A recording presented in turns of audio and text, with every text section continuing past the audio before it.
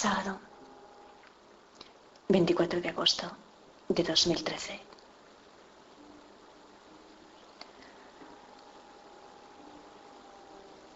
Asunto.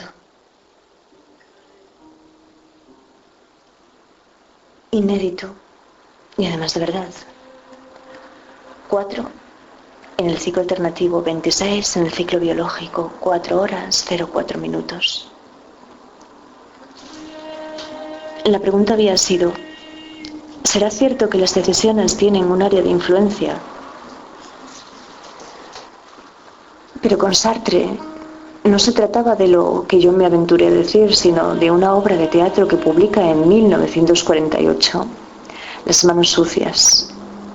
Y Sartre va a identificar a la nada con la libertad, que eso ya lo habíamos advertido cuando dedujimos el ser en sí y el ser para sí. Y no puede ser la libertad lo que Hegel dirá que es la libertad, el reconocimiento de la necesidad. Y por eso la libertad sartriana, que es una libertad que conduce inevitablemente al concreto de la responsabilidad, es la creación constante de elecciones libres y una libertad que tiene que partir de la indeterminación. Ahora bien, se trata de dos dialécticas disímiles.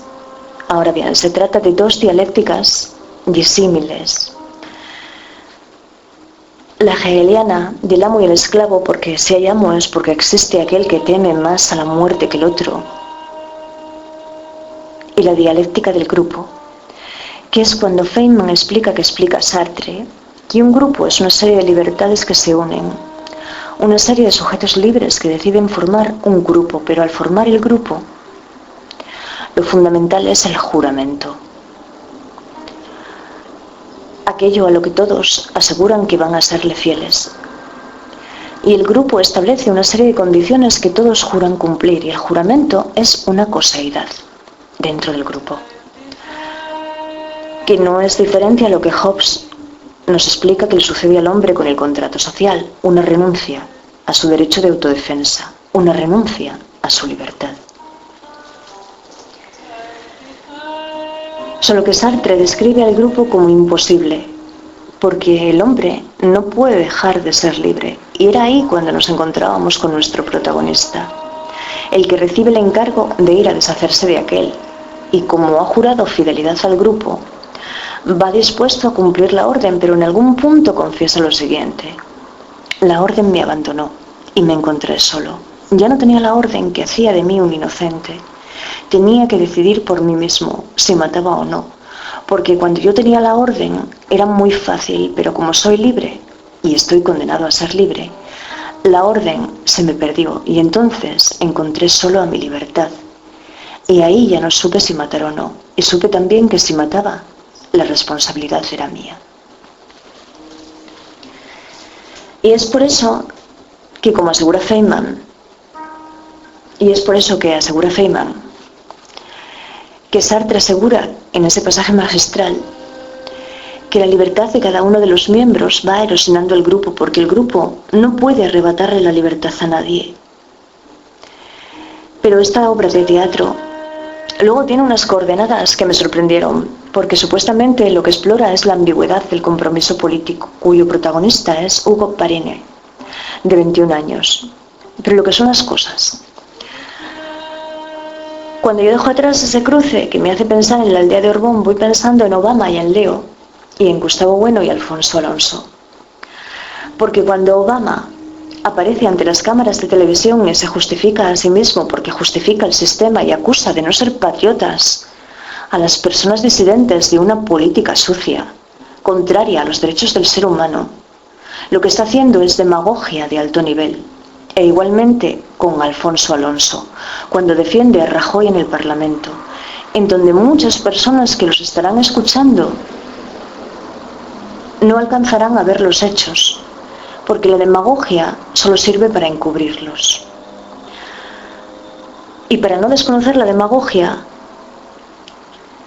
no será bueno recomendar el punto preciso donde uno la reconoció con claridad, porque bueno, al nivel de los políticos es inofensivo, Es como un síndrome de Down, inevitablemente transparente, para lo mejor y para lo peor. Entonces, lo que yo ahora sé es cómo voy a actuar.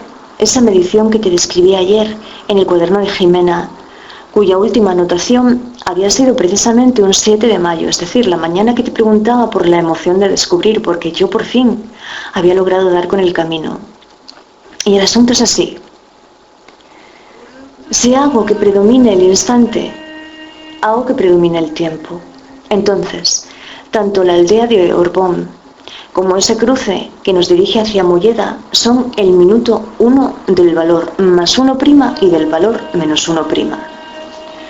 Y yo desconozco a fecha actual qué secuencia precede a eso y qué secuencia continúa a eso, menos en el caso del momento sujetual menos 1' más x'. Así que actúo del siguiente modo. Regreso a Orbón y ando hacia adelante al mismo ritmo en que recuerdo haberlo hecho la otra mañana. Y en el minuto más 1 más x', que se corresponde al minuto menos 1 más x', porque ahí se puede pensar que la variable oculta sea el ritmo, pero no que yo caminaba marcha atrás. Es donde establezco el momento. Sujetual más 1' más x'. Y eso previo a la secuencia, y eso sin lugar a dudas. Ahora, el daimonios topos, que yo determine de este modo, contará con la particularidad de que tanto los gatos como las ovejas quieran ser acariciadas por uno. En principio es algo que desconocemos, pero que nos proponemos averiguar y pronto. Pero ¿y si no fuera así? El ser de la conciencia, el ser para sí, ¿podría llegar a determinarlo de ese modo? Y si no es de ese modo, ¿de qué modo? Dice el elemento de realidad de Einstein que una propiedad del sistema está bien definida si somos capaces de predecir su valor con total certeza y sin perturbarla de ninguna manera. Y entonces es cuando diremos que esta propiedad tendrá un elemento de realidad. Fragmento de un artículo firmado en 1934 y por lo que compruebo, tras el Congreso Solvay del año de 1933, la séptima conferencia que tuvo por tema la estructura del núcleo atómico y en el que figuran también los nombres de dos colaboradores, Podolsky y Rosen, pero hay que explicar que Einstein no aceptaba que en lo más recóndito de la realidad solo reinase el azar, que creo que tú sí y creo que yo no, tal vez porque compartamos síndrome. Compartimos síndrome Einstein y yo. Y he leído lo siguiente. Los valores de las magnitudes normales, entre comillas fenomenológicas, cumplen una desigualdad trivial y resulta que las magnitudes cuánticas, entre comillas fenomenológicas, están de tal modo ligadas entre sí que no cumplen esa desigualdad. Pero esto yo lo he leído en una bitácora que por dirección lleva el apellido de Ramanujan y sobre ello se encontraba la imagen de la conferencia de Bruselas de 1927, la de la reunión de genios, y me arrebató porque era la primera vez que la admiraba coloreada. Y puedes suponer que si seguimos caminando hacia Pola de Siero, vamos a interesarnos por todos sus integrantes, porque yo creo que es imposible profundizar en ningún asunto si uno no se interesa por la historia y por sus biografías.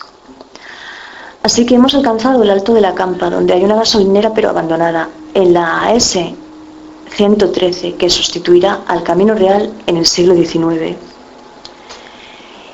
Y también un restaurante-bar, el Mariñán, y un bienvenidos Sariego, donde reza, no sé si ahora sí de la Campa vase a beber la burrina a la fuente de Malangüe, y es señal de que va a llover. Que es algo más arriba, subjetivante, donde me detendré con Silverio, que es todo un personaje, aunque de él ya hemos ido hablando por el camino y tú y yo más, que me informará además de que Asturias tiene 78 concejos, que anda, digo yo, como cartas, un tarot, que él dirá que, bueno, 77, más 1, como 12 más 1, que es un número complejo y que es un guasón. Y me habré detenido ahí durante más de media hora, eso sí, sin descargarme de la mochila, porque los hombres delicados, la inmensa mayoría, precisamente no son.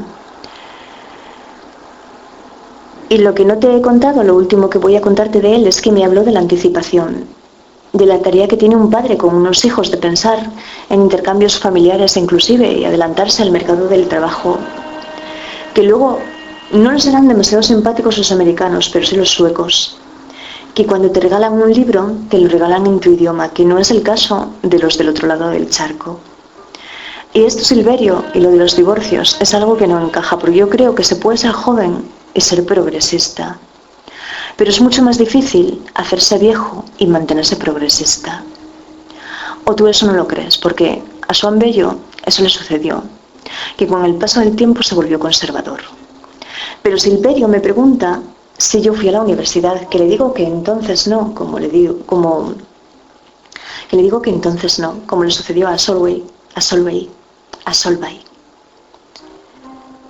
Pero Silverio me pregunta si yo fui a la universidad, que le digo que entonces no, como le sucedió a Solveig, que era químico, además de belga, y que pasó a ser químico cuando comenzó a trabajar en una fábrica química que era de su tío.